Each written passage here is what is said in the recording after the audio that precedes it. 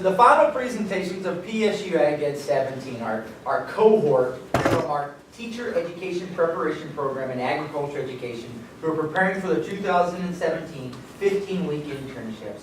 At this moment, we're excited that we have Mr. Matt Snyder, who will be student teaching with Mr. Charles Kessler in Mifflinburg, to share with us about how he's prepared to answer 3 questions.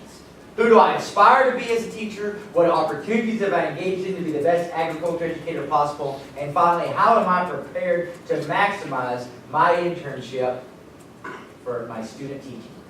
Matt, it's all you. Hey guys, first off, I'd just like to thank you for coming out today. And I've been sick the past couple of days, so I know it's probably going to be a little bit harder to understand me than usual. So I hope you guys have your listening ears. So let's get started. A little bit about myself. Throughout high school, I was very involved playing football. I was a 4-year letterman, 2-year team captain. I also have experiences in pork production. I ran my own show pig operation throughout high school. I currently work help with the Badlands Jackpot Show back in my home county, and I'm an employee at Penn State Swine Center, and my 2 bosses are here in the audience, so I'm thankful that they were able to make it today. My experiences in the classroom, I'm a 2013 graduate of Rockaway Area High School. I was a 3-year program completer. And my ag teacher was Mr. Kyle Norman. And I will be student teaching with Mr. Kessler at Mifflinburg High School in the spring. So who do I aspire to be as a teacher? Okay. So I'd like to show you guys a little highlight clip, if you will, of some of our lab experiences this semester. Hopefully you guys can hear this. Are you forward here?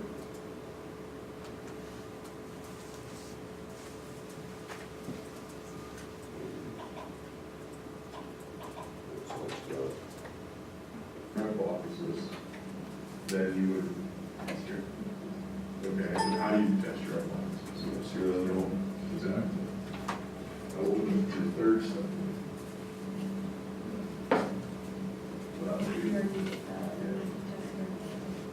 Results. Exactly. So what do you take away from this?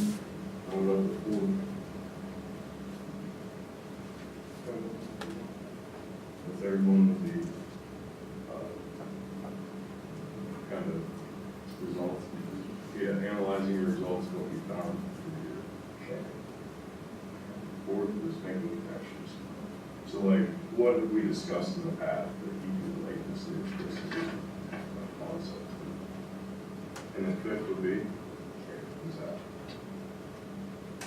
You run wire from. So how would you measure goals? Look it up. So what would you say?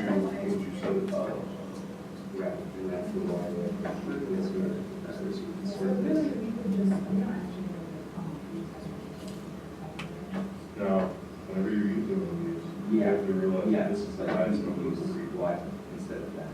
So We should measure it at 600. do you think potatoes going to produce that number of goals? I have 2 nails. Instead of. That's true. So you can always try it too.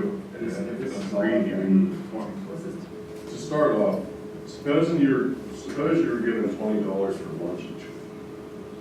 You have the option of eating the regular school lunch for $1.50 and walking down the sheets and purchasing a $4 football. Okay? What would you guys do? What would you do every day? No, not every day, because I do 6 inches for lunch and then 6 inches for dinner. It goes up. Can you compare? You're gonna write it down? Oh, sure. Well, I would probably. Okay, so hopefully the quality there wasn't too bad, and you were able to see some of the things that I was demonstrating there.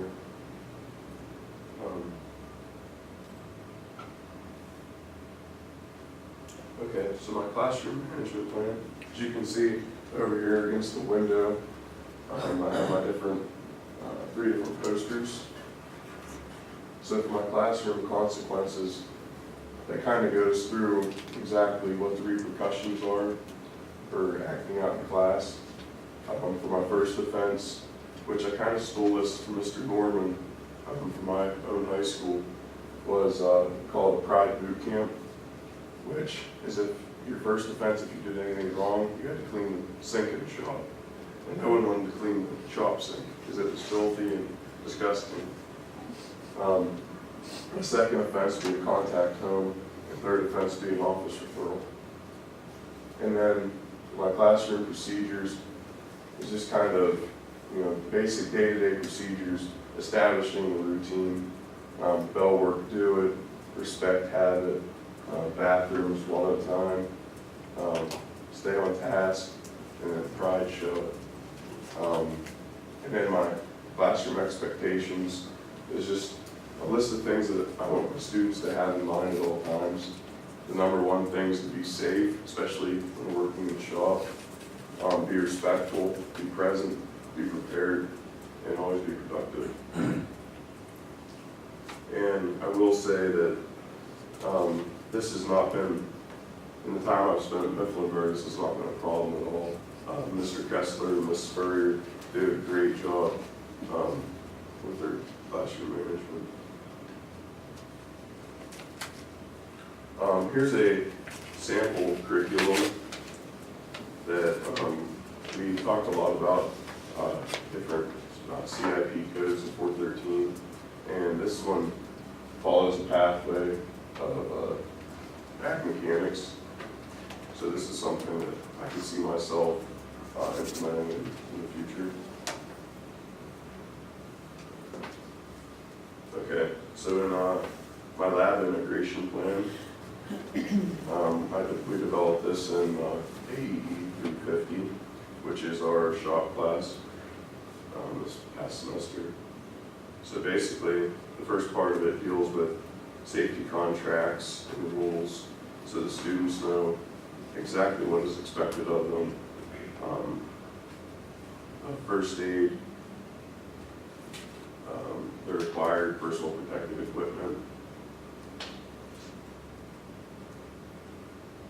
And then part 2 deals with a project that we were to complete, and I actually have a project here. So part 2 was we were to build a project that would cost under $15 to make. So I made a fence post driver, which all it is a piece of 2x2 channel tubing, square channel tubing, and 3/8 rebar, and then hose. So in that assignment, we were to create that and then develop the list of all the materials we would need and the bill for all the materials, and it came out to just under $14. So it's pretty close. And then part 3 was a facility design.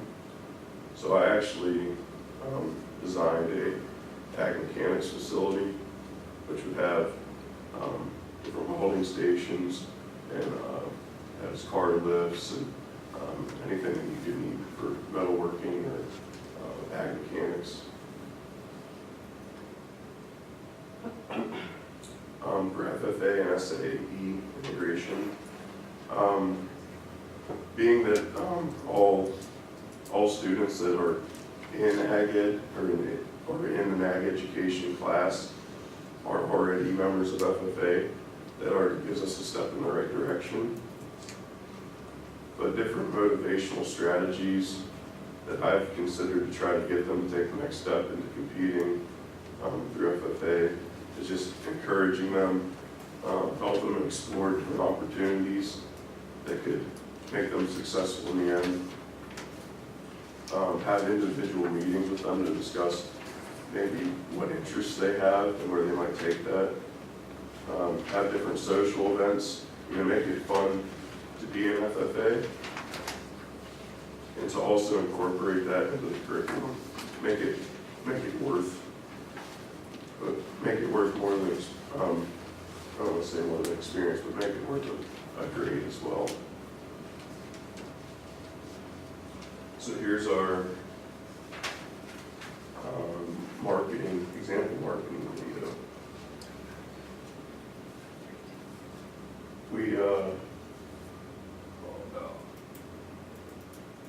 You told me this was going to work, right? Now I can pull it up real quick. We developed a little clip in our 413 class. And this is just to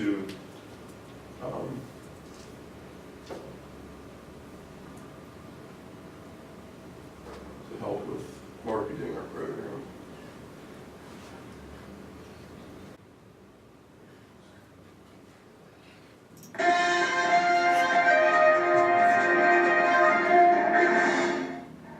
Good evening, I'm Matthew Ryder. Welcome to Channel 6 News.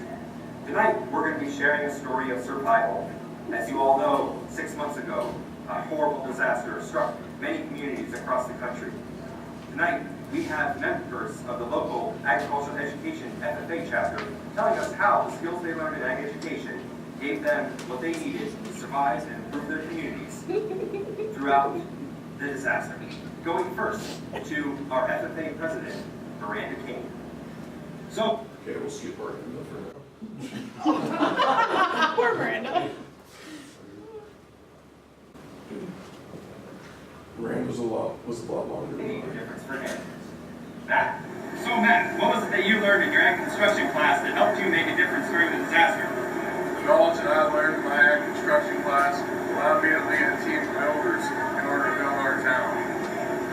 I also took a small engines class, which allowed me to get our generators running again and restore power in our town. Thanks, Matt. Back to you, Matt. Thanks, Matt. What a great story. Okay, so there's a It's very little interesting how you were able to make You guys will get to see the rest of them throughout these presentations.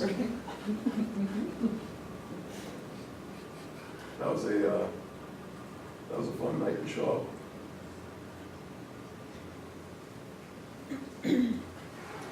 Okay, so then we come up with the question of how will I involve the community?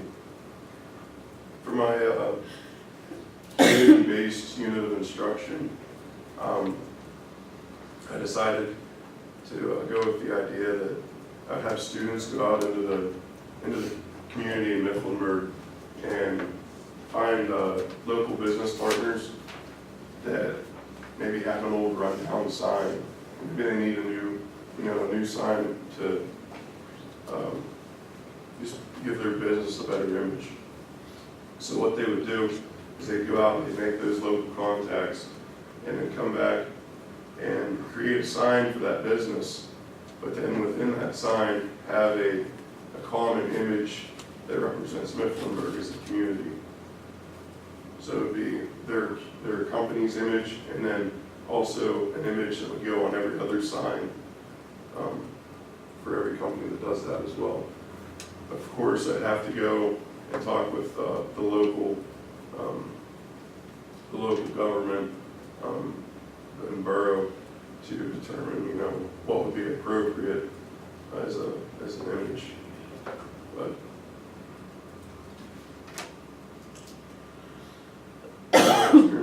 education opportunities that I engaged in.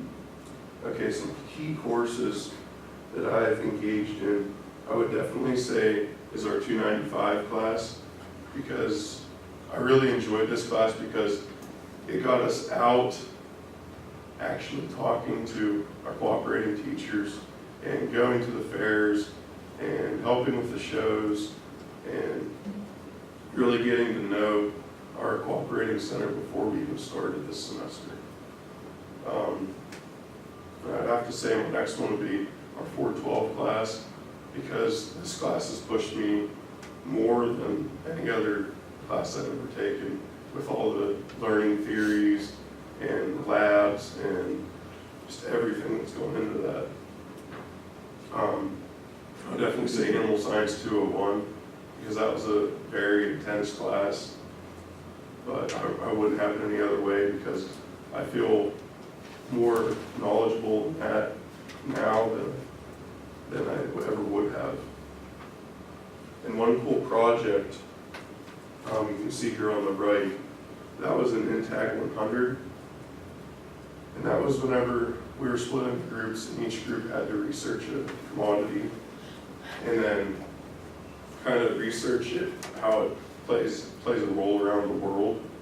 So that really helped me see ag commodities on a global scale rather than just around, this area of the United States. Okay, some key experiences. For certifications, I'm now a certified port quality assurance instructor. All of us in our cohort are, what's it called? Safe Tractor, and the other one I was thinking. First aid. First aid certified. For professional development, last year we took a trip to Tennessee on our domestic study away. I know George went with us. I attended the Thunder Run as well, and that was a trip to some eastern states. We went to Delaware, New Jersey, and even out to Maryland. And what we did was we took a couple ag teachers from Tasmania around and showed them what ag education looks like in this area of the country. So that was a really cool experience, seeing, the differences between here and there. The PAAE, which is the Pennsylvania Association of Ag Educators, we're very active with that. We've gone to several meetings, summer conference, and I went to the Sun Area Planning meeting. That's where Mifflinburg belongs to. I also attended a couple weeks ago the NAAE convention in Las Vegas, and I was a FAST program participant, and that was a great experience meeting, not only teachers that have been there and done everything, but also through the FAST program, other student teaching candidates that are in the same position that I am. Past and present jobs.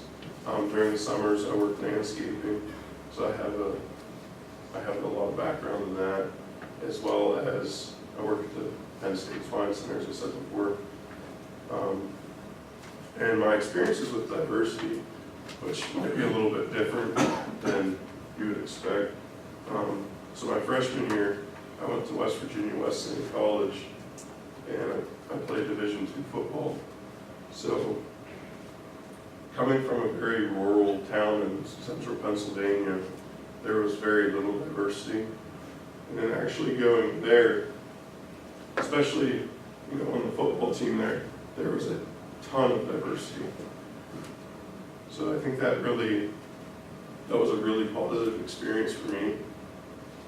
And then even going on the domestic study away trip to Tennessee, just seeing the differences between the one school we went to in Nashville, McGavick High School, seeing the differences between that and the more rural schools in the state was a great experience.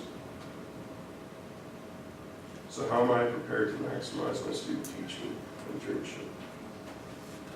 Okay, so rather than me trying to talk up here, I'd like to show you a little video about Mifflinburg that I created in 2005. My name is Matt Snyder. I am a 2017 student teacher who will be teaching at Mifflinburg Area High School. Mifflinburg has a two-teacher program Mr. Kessler leading the majority of shop classes, and Ms. Spurrier leading classroom education. There are currently 140 students enrolled in the agriculture program. The facilities consist of 2 classrooms, 1 shop, a greenhouse, and outside storage. Ms. Spurrier's focuses include plant science, animal science, environmental resources, farm management. Mr. Kessler's areas for focus include electrical, plumbing, ag mechanics, ag construction, and law. While at Mifflinburg, I will be teaching units in electrical wiring, intro to welding, intro to ag, farm management, ag equipment and tractors. Chapter officers for the current year include President Jacob Eichenlaw, Vice President Macy Sather, Secretary Samantha Morseman, Treasurer Cinnamon Deegan, Chaplain Matthew Booth, Student Advisor Derek Struble, Sentinel Colin Gessner, and Reporter Denver Kalsbrook. Participation in CDE events include Farley Pro, Ag Mechanics, Small Engines, Poultry, and Envirofun. Some key fundraisers consist of the citrus sale, the chicken barbecue, the cider sale, and the picnic table sale. Some key events for the chapter include the banquet, summer tour, and West End Fair. All students are required to have an SAE program. Work experience or entrepreneurship are typical SAE programs. The advisory council members include the FFA president, the vice president, the school principal and superintendent, Mr. Kessler, Ms. Spurrier, young farmer representatives, and other community members. The young farmers are very supportive of the FFA. Agriculture industry within the community includes production and ag manufacturing. Mifflinburg FFA works closely with the young farmers and the West End Fair Board. I look forward to teaching in the spring. Thank you for listening.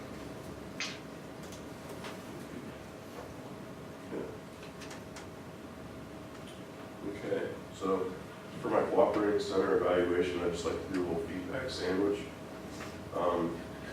They do a great job preparing students for the industry, especially when it comes to ag mechanics, and that's a huge thing in the Mifflinburg area.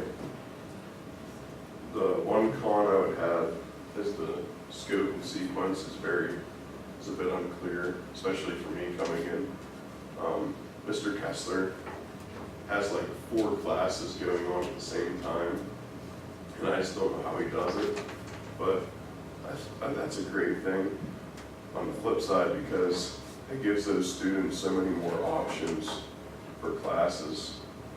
So I mean, he'll have electrical wiring going on in his classroom while his advanced welding class is going on in the shop, but he's kind of like Superman. And another pro is they're very active in their professional organizations. I know both Ms. Spurrier and Mr. Kessler are very active in the PAAE, as well as the Sun Area Planning Committee. So what exactly will I teach? So you can see, starting off with my electrical wiring, we start off with an intro and safety unit, and then we move on to the household wiring unit, and then at the last portion of that class is actually all concrete and masonry. And then my intro to welding class is what is welding, careers in welding, safety. Then we move into a unit on oxyacetylene and plasma cutting, and then a unit on running the beads and making different welds. And then the last unit is a project unit, where the students can design their own projects and build them. And then my intro to ag classes, which is, I actually have 3 sections. So the first 2 days, I have single periods. And then on the next 2 days, I have a double period. So that's kind of been tricky planning out exactly how I'm going to teach different things, because technically the double period has one more class session a week than the single periods do. But in that class, we're going to start out with public speaking, move into plant science, and then dairy and beef, cattle, swine and sheep, farm management, business planning, business marketing, and business relations. And then my ag engines and tractors class. That's a class where I only teach 1 day a week, and then the rest of it is they work on their shop project. So this is a class where they actually bring in an old tractor and restore it, or they bring in a golf cart and fix it up. Okay, so my current strengths and future goals. I think my strength would be my background in old production, landscaping, and then mechanics. My weaknesses would definitely be in communication and organization, although I've really been working on that this semester. And my future goals would be to really try to implement what I've learned in 412 and try to make those learning outcomes happen in the classroom. Definitely continue to improve as a professional and ultimately provide students with a positive learning experience. And I'd also like to touch on an independent study I've been doing this semester with Dr. Foster. We've been kind of exploring, what does an ideal ag laboratory look like? And that can be different things. It might be a greenhouse, it might be a food science lab. So to this point, I've just been gathering resources from individuals and researching different areas. So I'd like to open it up to questions. All right, let's give a round of applause for Matt Snyder.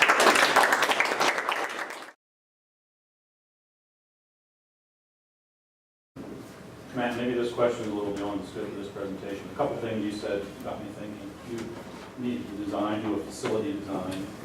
Early on you mentioned that. Part of that was cost breakdown. And then at the end you mentioned the ideal ag education laboratory. So I'm envisioning that ag teachers have a pretty significantly greater budget need than your typical English teacher. So how does the funding of all these, is that a major issue, or how involved are you as the teacher in securing funds for all the supplies that you need, engines, potentially animals? Yeah, we're very involved, definitely in writing different grants. You'd be surprised how many grants are out there that you can apply for and usually get. And then there's also Perkins funding that you can apply for through the federal government and get. So, I mean, you kind of have to be savvy and go out there and get the money that's there. Mm-hmm. But there are ways to get it. Okay. So are most of these schools generally pretty cooperative and supportive? I mean, imagine budgets are tight. Yeah. Okay. Ms. Hack. Thank you. Because I got to experience this in shop, but not everybody in here did. But what ways will you help students that are uncomfortable in new ag mechanics tasks? Okay. So I think the big thing there is just giving them the time they need to become comfortable with different machines and such. So I think just giving them like really basic tasks until they build up their confidence that that they believe themselves that they can complete what needs to be done. Okay, awesome. We'll take a question from our online audience. Mr. Neal poses the question that you talked about several of your experiences traveling and working with other ag educators. How do you plan to incorporate those experiences into your student teaching experience? Awesome. So I think the big thing is that we've met so many people that I can contact them and easily bring them into my classroom. If there's, something that I might not be an expert on, but I think that they are. Very good. Questions from the audience? Question from the teacher education panel, Dr. Ewing. Yes. So one of your 5 classroom expectations is centered around being safe. What are the consequences of, let's say, a student not wearing their proper eye protection during working in a lab setting? So How would they, walk me through your consequences. I think the first consequence, first of all, I think that'd be a little bit different than the classroom consequences. Because safety takes the precedence over the normal consequences. So I think the first one would be a warning to put them on, and the second one would be that you're out of the shop. Okay, so pretty severe, making it known that safety is important. Okay. Next time you do a video that you're going to show to potential recruits, wear your safety glasses when you're standing next to the mud box. Any other questions from the audience? Opportunity for the audience or the online audience? Okay, Dr. Ross. Right. As you look at your professional development as a master educator, what is one specific pedagogical skill you are going to focus on developing? I would have to say,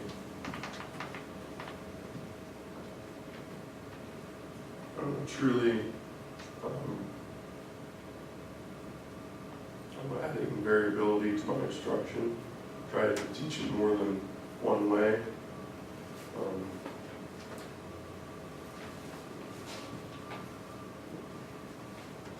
You? From the audience? Matt, I believe I'll ask your last question for your final presentation, and then we will clear the room. Agriculture and education are both dynamic, ever-changing disciplines and professions. How are you, as an agriculture educator, going to stay relevant and current in both fields? Okay. So I think the big thing is that you always need to be bringing new material, new equipment into your program. So maybe it's, the industry just came out with a brand new piece of equipment. Maybe you need to make the step to go out there and purchase that equipment so your students have the experience with that as they go into industry. So I want a specific example of something you'll do your first year to make sure that you stay current. Okay. So first thing I would do is if I go into a program and they don't have a table plasma cutter, is we would purchase that. So your solution to staying relevant and current is to purchase more equipment. I think you need to purchase up-to-date equipment. What can you do though as an individual to make sure you're relevant and current? Can we just buy that? No. You have to keep attending professional development workshops and keep developing as a professional and implementing new ways of teaching. And what would be your source to find those opportunities? I would definitely keep going to the PAA conventions and national or NAA conventions. Thank you very much for sharing. Let's give a round of applause for Mr.